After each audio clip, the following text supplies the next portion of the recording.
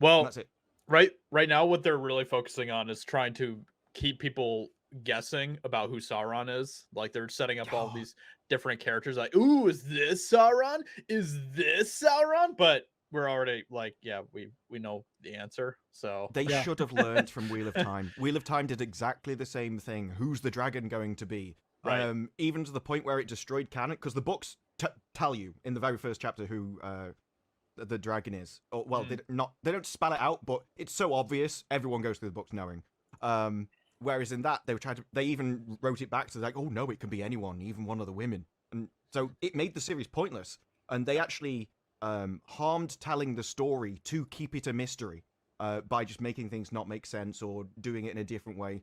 And in this, it's exactly the same. Not only can you guess who it is anyway, but that mystery isn't enough to get you through the show. It's not like a big plot point to do anything. You need an actual plot, not just, ooh, this is a mystery. So there's no hook that keeps you going on from one episode to another. And no, 100%. I don't know why they don't realize they need one. That's what gets me. Yeah. Well, I think, once again, it's one of those things like they knew, not we, but they knew they could rely on Lord of the Rings being a very popular franchise to draw people in. But, I think they really expected that people would stick around because of the same reason that they drew people in. Well, it's Lord of the Rings. Why wouldn't you want more Lord of the Rings? It's like, yeah, but we wanted a narrative, like in a story that you're not presenting at all. Like like you said, the only thing interesting has been the dwarves, and their story is actually kind of moving forward because you get a reveal. Hey, we've been digging this stuff. My favorite part is like, yeah, we dug this like really cool metal out, and then like Elrond's like, it's Mithril. I'm like, cool. You're the one that named it. I hate that scene so much. It's so I'm like, stupid. oh, you're the one that named it. That's awesome. What do you call this miracle ore? In our tongue, grey glitter. In yours, something like Mithril. No, it would be Mithril.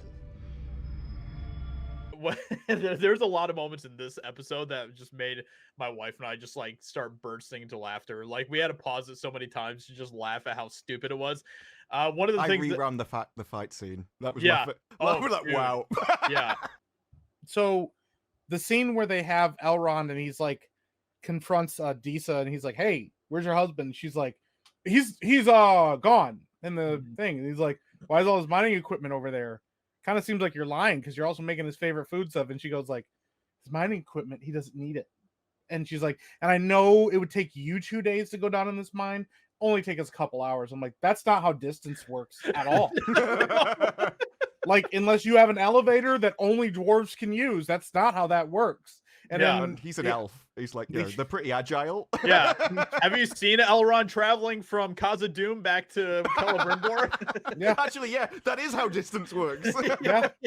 They're like, hey, but like all of that stuff. And then she's like, whew, he's a smart one. He's really trying to figure us out. And then like, he's just standing on the other side of the cave. Like Batman all crouched down and stuff. Yeah, and he's using his like super hearing and super sight. Listen, I know the elves can see really far away, but he's like standing on the other side. He's like, yes, I understand everything now. And then these dwarves walk up to him, the guard dwarf, and this was like one of my favorite moments. The guard dwarf walks up to him, and they have their masks with their giant beards on them. He walks up, and his helmet just goes, he's like, what are you doing?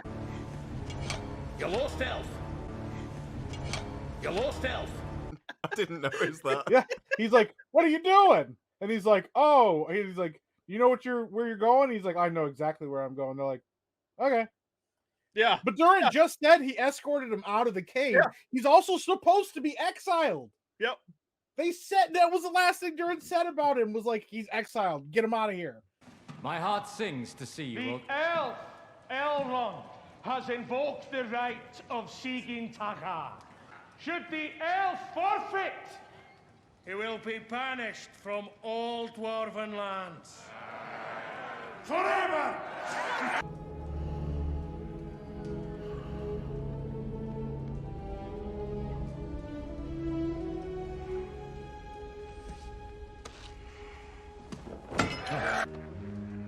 Take your leave. And they're like, nah, he can walk around freely. It's fine. I lied. It's fine. biggie. I expected one of those guards to walk up behind him and go, "What do your elf eyes see, Elrond?" Like, I thought it was going to be that obvious. That's all that scene was meant to be.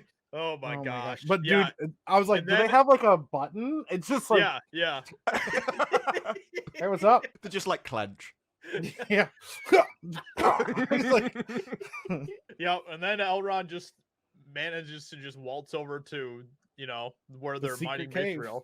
yeah. And the somehow secret he just cave. magically knew what the code was, like to just pound on the wall, and that's one of the parts where we had to pause and just laugh. Rich Yeah, crone, apparently- kits of stone, polished gem and gold. Boom, boom. Opens door. They said yesterday, I didn't realize, but that is the song that the kids are singing in his room. That's where he got it from. So he literally heard wow. Deeza's kids singing a nursery rhyme and thought, yeah, that'll be the password to this door. Like, I don't even know if that's better than him just magically knowing. Yeah, because I right. assumed that he was like, well, he's been here for decades. Maybe he's heard the password used elsewhere and tried it on this. Not a nursery rhyme that he just heard a Yeah. few minutes before. Yeah. Yeah. Like- Gerda, stop hitting your brother. We're playing the knocking game. Well, knock it off. Rich crown, kiss the stone, polish your gems and gold.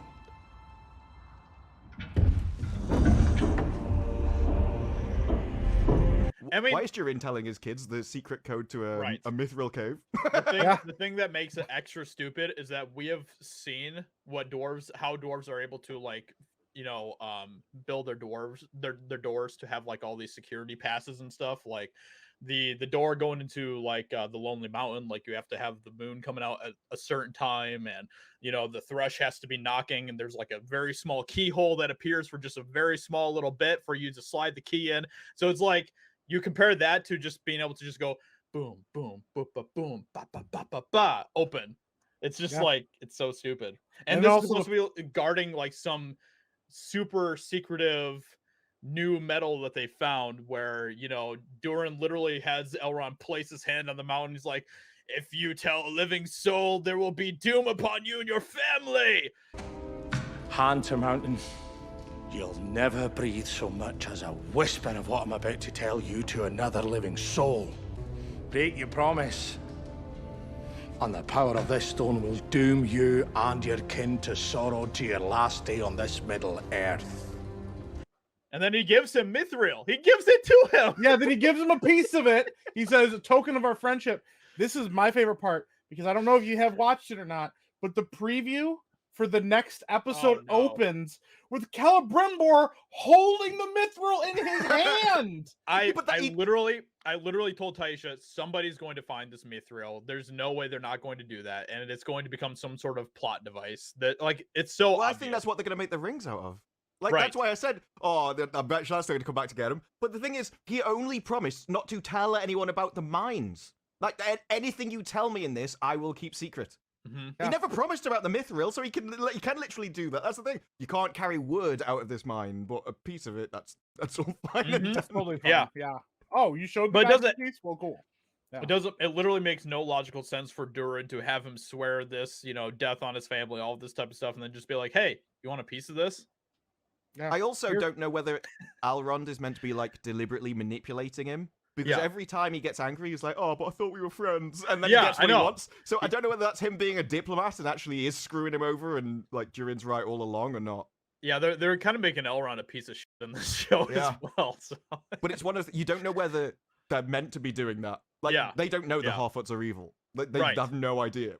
Yeah, So- exactly. Yeah, they're making like all of the good characters like so terrible, and Yeah. I don't even know if they fully realize it. So, No.